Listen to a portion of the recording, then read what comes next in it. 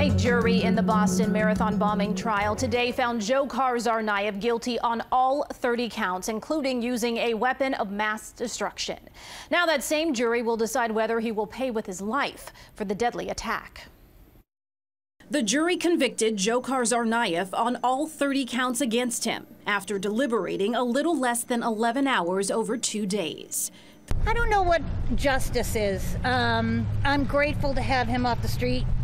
Karen Brassard and her husband were among the more than 260 people injured when 2 homemade bombs exploded near the finish line of the 2013 Boston Marathon. 3 people died.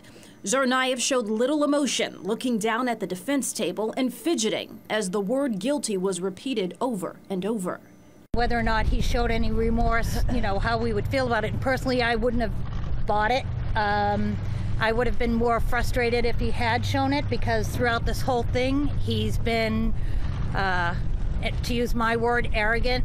8-year-old Martin Richard was the youngest killed in the bombings. Prosecutors say Tsarnaev and his older brother Tamerlan were acting as a team to bring terror to America when they unleashed their pressure cooker bombs at the marathon. Tsarnaev also was found responsible for the murder of MIT police officer Sean Collier. Richard Donahue, an officer who was injured in a shootout that led to Tsarnaev's arrest, says he's content with the ruling. No verdict today is ever gonna bring him back. But hopefully this does him and his family, his friends, his coworkers, and our fellow police officers. It brings us a little bit of justice for what happened to him.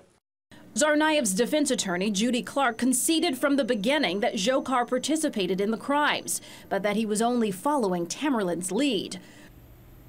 And the penalty phase could begin as soon as Monday, and that's when the jury will decide whether Tsarnaev should get the death penalty or spend the rest of his life in prison.